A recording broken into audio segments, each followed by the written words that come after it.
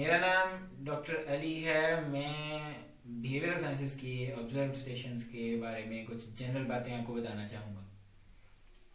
Behavioural sciences के तकरीबन सारे ऑब्जर्व स्टेशंस में कुछ खास चीज़ें कॉमन हैं जो आपने हर स्टेशन में करनी है। सबसे पहली greeting and introduction.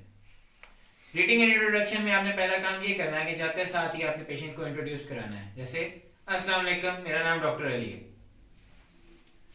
Greeting and introduction से आपने अगला काम ये करना है कि आपने अगले को लैंग्वेज की ऑप्शन देनी है। क्या आप उर्दू में उर्दू ज़बान समझ सकते हैं? क्या आप उर्दू में बात कर सकते हैं? नहीं तो आप पूछेंगे कि वो किस ज़बान में बात करता है। Next step, consent. कंसेंट में आपने उसे पूछेंगे किसी भी तरह की, मैं आपसे आपकी बीमारी या आपके प्रॉब्लम के बारे में कुछ बातें पूछना चाहूंगा आपकी इजाजत से। उम्मीद है आप ताउन करेंगे। यहां पे यूजुअली पेशेंट जो है वो ना नहीं करेगा। कंसेंट से नेक्स्ट कॉन्फिडेंशियलिटी। कॉन्फिडेंशियलिटी में आप क्या कहेंगे? कॉन्फिडेंशियलिटी में आप कहेंगे कि पेशा वराना तकाज़ों को मद्देनजर रखते हुए मैं इस गुफ्तगू को सीगाए राज में रखने का पाबंद हूं। Next from confidentiality, patients perception almost every practical health, कि पेशेंट अपनी बीमारी के बारे में, अपने प्रॉब्लम के बारे में क्या जानता है। ये इसके बाद ये प्री प्रेपरेटरी फेज के बाद हर प्रैक्टिकल के अपने प्रोसीजर्स हैं, अपनी बातें हैं। फाइनल ऑलमोस्ट एवरी प्रैक्टिकल का एंड दो चीजों पे होता है, समराइजेशन, नेक्स्ट मीटिंग। समराइजेशन में वो बताता है कि उसको क्या, पेशेंट को क्या समझ में आई। नेक्स्ट मीटिंग में आप डिसाइड करती हैं कि when there will be a next meeting, if any, अगली मीटिंग कब होगी। उसके बाद आप पेशेंट से इजाजत लेते हैं, उसे अल्लाह हाफिज कहते हैं और प्रैक्टिकल एंड्स और the patient goes out. One thing that you should be concern about, कि पेशेंट से आपने हाथ नहीं मिलाना। स्टार्ट में कभी भी हाथ नहीं मिलाना, पेशेंट से आपका कोई कांटेक्ट नहीं होगा। Don't look to examiner. The next thing is कि आप चाहे जो मर्जी हो जाए, आप पेशेंट के साथ कंसर्न रहेंगे। आपके लिए एग्जामिनर एग्जिस्ट नहीं करता अनलेस एग्जामिनर टेल्स यू कि कोई इंस्ट्रक्शन है, ये काम नहीं करना, वो आपको बताएगा। तो उस सूरत में आप हीड करेंगे, उसकी बात सुनेंगे। अदरवाइज आप और एक पेशेंट हैं, examiner does not exist. Now I will explain every practical. सबसे पहला प्रैक्टिकल है इंफॉर्मेशनल केयर। इंफॉर्मेशनल केयर में तमाम प्रेपरेटरी फेज के बाद पेशेंट आपको बताएगा कि उसकी या उसके रिलेटिव की क्या प्रॉब्लम है या क्या डिजीज है।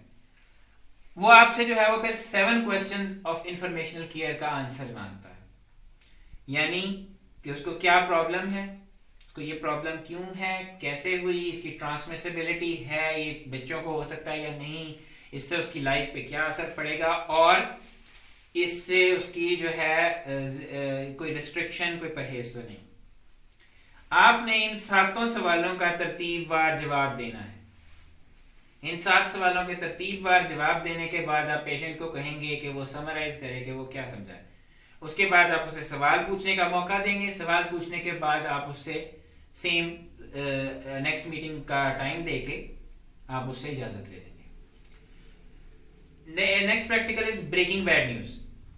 ब्रेकिंग बैड न्यूज में जब आपने बता दिया तो उसके बाद अब आपने उससे बात कर ली, पेशेंट आपके सामने बैठा है, तो आप एडिशनली आप उसे बताएंगे कि मौके के मुनासिबत के पेश नजर मैं अपना मोबाइल या अपनी एक्सटर्नल चीजें, पेजेस वगैरह ऑफ कर रहा हूं।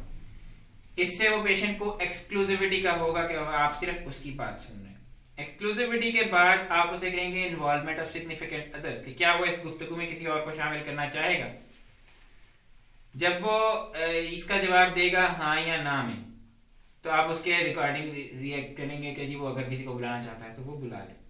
उसके बाद आप उसे उसकी जो भी बैड न्यूज है वो बताएंगे, चाहे वो मिसकैरेज की हो, चाहे वो एबनॉर्मल बॉर्न बेबी की हो, चाहे वो लिवर कैंसर मेटास्टेटिक की हो।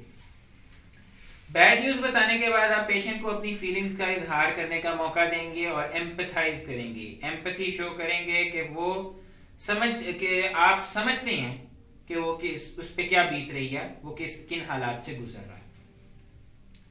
एम्पैथाइज करने के बाद नेक्स्ट वही समराइज, अगली मीटिंग, अल्लाह हाफिज। Next are 3 counselling practicals, just counselling, sleep counselling and compliance. इन तीनों में आपने स्टार्ट किए प्रेपरेटरी फेज के बाद अगले से उसके प्रॉब्लम पूछनी है। जो कंप्लायंस में उसकी नॉन कंप्लायंस की वजह होगी, स्लीपिंग में उसकी स्लीपिंग पैटर्न की बातें होंगी, या अगर डिप्रेशन की काउंसलिंग का है तो डिप्रेशन के घरेलू मामलात या उसकी एग्जामिनेशन के मामलात या और कोई वजह होगी। इन मामलात को आप ये प्रॉब्लम्स की प्रोबिंग, कि आप एक एक करके सारे प्रॉब्लम्स को प्रोब करेंगे। नेक्स्ट स्टेप इज रेजोल्यूशन, कि आप एक एक करके step by step her problem को रिजॉल्व करेंगे। आप एक मशवरा देंगे कि इस प्रॉब्लम को मेरे ख्याल में इस तरह हल किया जा सकता है। मसले को हल करने के बाद आप पेशेंट से उसकी अंडरस्टैंडिंग लेंगे कि पेशेंट समझ आया है या नहीं। Next practical is consent. Consent differs at the end. Consent में आप जो है वो पेशेंट को एक्सप्लेन करेंगे, पेशेंट अपनी डिजीज एक्सप्लेन करेगा तो आप पेशेंट को एक्सप्लेन करेंगे कि आप क्या प्रोसीजर या क्या एग्जामिनेशन करना चाहते हैं और इसमें क्या क्या होगा।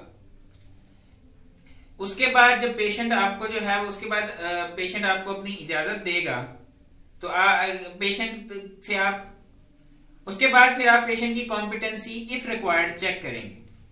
आपका एग्जामिनर आपको बता देगा कि कॉम्पिटेंसी रिक्वायर्ड है या नहीं है।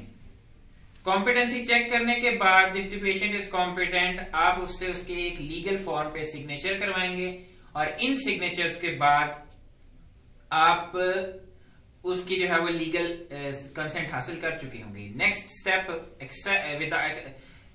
Step is not summarisation. Next step में आप उसे उस प्रोसीजर या उस एग्जामिनेशन की तरफ लेके जाएंगे कि आए हम वो एग्जामिनेशन स्टार्ट करते हैं and that ends the practice. That was all. Thank you very much.